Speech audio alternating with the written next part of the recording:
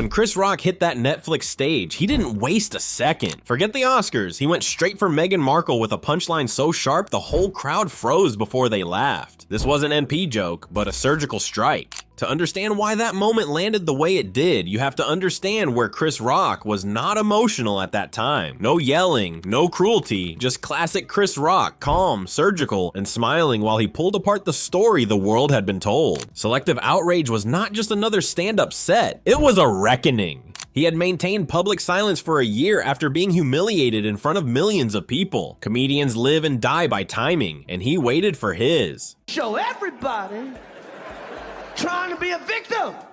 Like, what's this girl, Meghan Markle? Seemed like a nice lady.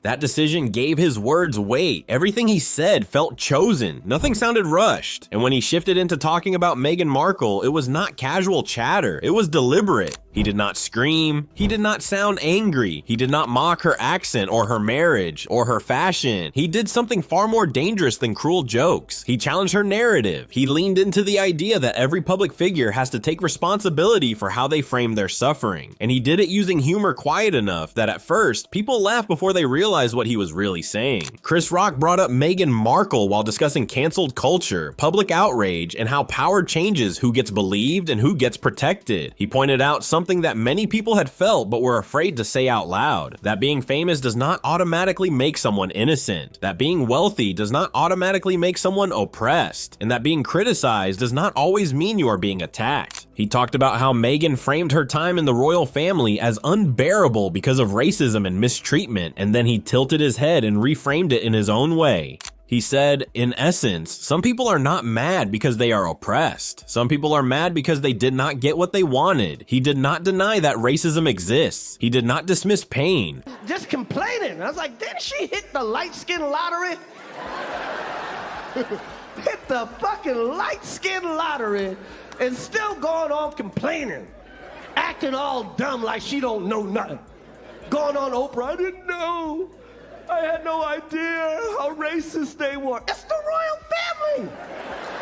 What he questioned was narrative control, and the audience felt that shift immediately. You could feel the room change when he said it. It was no longer just about jokes. It was about how celebrity storytelling works. Who gets sympathy automatically? Who has to prove their pain? Who gets called brave for speaking? Who gets called bitter for responding? That is why the Meghan Markle segment exploded online after the special dropped. It was loud. It was average in the traditional sense. It was unsettling because it forced people to sit with an uncomfortable thought. That privilege and victimhood can exist in the same person at the same time, and sometimes those two things collide publicly in messy ways. For years, Meghan has lived in a strange position in public culture. To some, she is a survivor of a brutal royal institution that chewed her up and spat her out. To others, she is a calculated social climber who misjudged the system she married into. The truth probably lives somewhere in between, but public opinion rarely leaves room for the middle ground. Chris Rock carved out that middle space not by defending or attacking her directly, but by reframing the question entirely.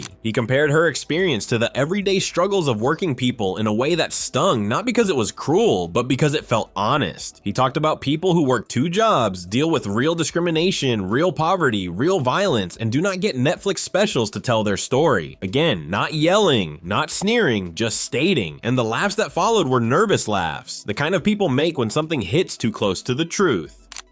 What made this moment hit harder is that Chris Rock himself has lived at the intersection of Black identity, fame, criticism, and survival for decades. He is not speaking from the outside looking in. He understands what it means to be misunderstood by the mainstream and scrutinized by your own community at the same time. So when he questioned Meghan's framing of her royal suffering, it did not come across as dismissive. It came across as a man asking why some stories are elevated above others. The internet reacted exactly the way you would expect. Clips went viral within hours, news lines, and even the former First Lady had something to say. Some praised him for saying what they felt, but were afraid to articulate. Others accused him of punching down, of minimizing a biracial woman's experience in a hostile institution. The lines were drawn fast, and yet the conversation lingered because his joke did not give people an easy villain or hero to cling to.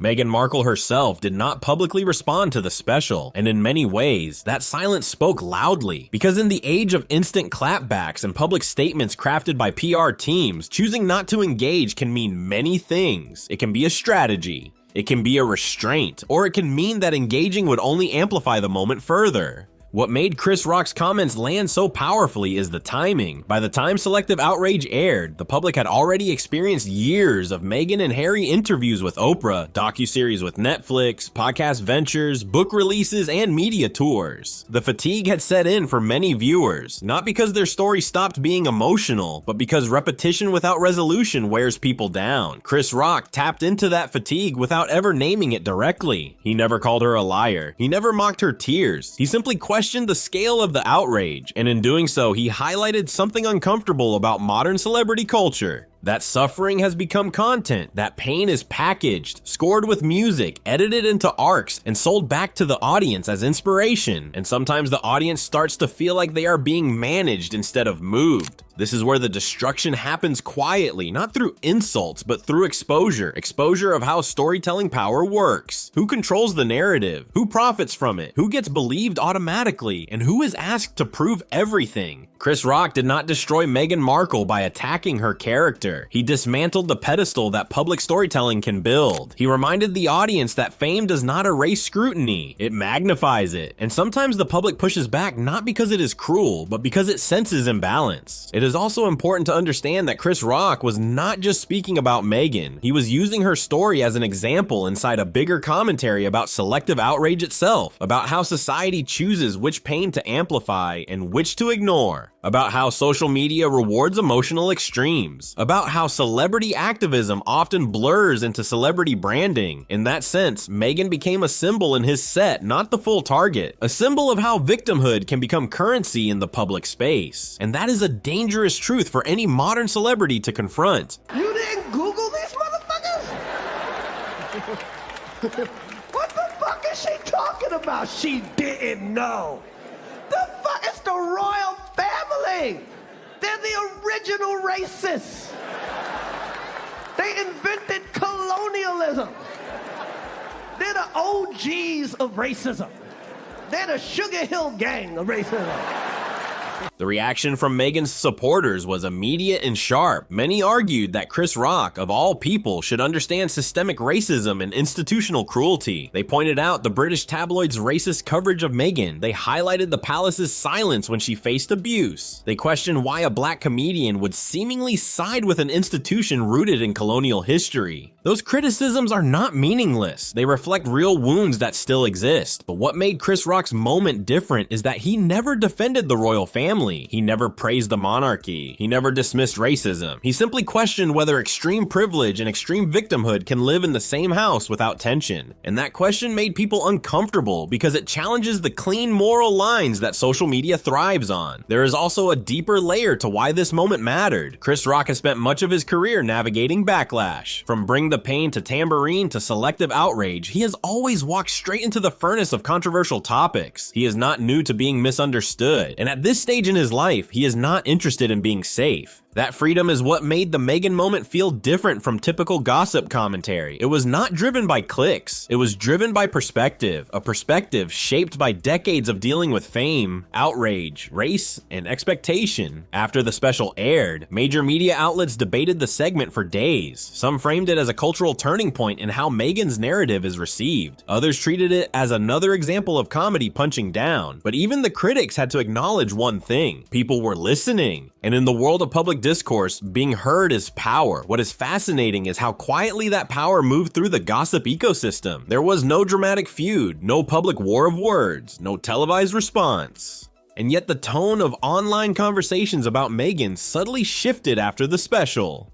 Not universally, but noticeably. Some people began to speak with more nuance. Some began to admit that two things can be true at once. That Meghan may have faced real cruelty and still benefited from extraordinary privilege. That she can be harmed and powerful at the same time. That discomfort is exactly what Chris Rock's comedy thrives on. This is how he destroys without blood. He does not burn his targets. He lets the audience see the fractured lines in the story and decide what they think. And in a culture addicted to outrage, that kind of slow burn is more dangerous than a scream. Another reason this moment hit as hard as it did is that Selective Outrage came at a time when public patience for celebrity storytelling was already thin. Economic pressure, global instability, and social tension all created a different emotional landscape for viewers. Stories of palace suffering no longer landed the same way when people were struggling to survive. Chris Rock did not say that directly, but it pulsed beneath every word when he talked about people who cannot afford groceries, who cannot afford rent, who cannot afford medical care. The contrast did not need to be shouted. The audience felt it. They felt the distance between survival and spectacle. That is where the laughter turned uneasy. And uneasy laughter is the sound of truth brushing against denial. It is also why his comment did not vanish after a news cycle, the way so much celebrity drama does. It stuck because it touched something larger than Meghan. It exposed a fracture in how we decide whose pain gets treated as sacred and whose gets treated as noise. Meghan Markle remains a deeply polarizing figure. That did not change after Chris Rock's special. What changed was how openly people questioned the framing of her story without automatically being branded as villains. Comedy created space for doubt in a room where doubt had been dangerous. And that is the strange power of a well-placed joke. It opens doors that arguments slam shut. And in the end, that may be the most uncomfortable thing anyone has said about her story in years. Because when you remove the protective language and the emotional packaging, what remains is a simple truth that makes everyone uneasy. Fame amplifies everything, pain included, but it does not convert privilege into powerlessness. And it does not erase responsibility. Chris Rock said that with a smile, with a pause, with a room full of people processing it in real time. That is not just a joke. That is cultural surgery. And Meghan Markle never said a word in response. Sometimes silence is dignity. Sometimes it is a strategy. And sometimes it is the quiet acknowledgement that a mirror has been held up and everyone saw what was reflected. Chris Rock did not need to tear Meghan down personally. He let the audience wrestle with the tension between compassion and critique, between empathy and accountability, between listening and believing everything without question. That is why his moment felt like destruction to some. What do you think? What was really being challenged? Do you think Meghan's character? Please share your thoughts in the comments section, and don't forget to like, share, and turn on the notification bell so you don't miss any of our amazing content. Thanks for watching, and see you in the next video.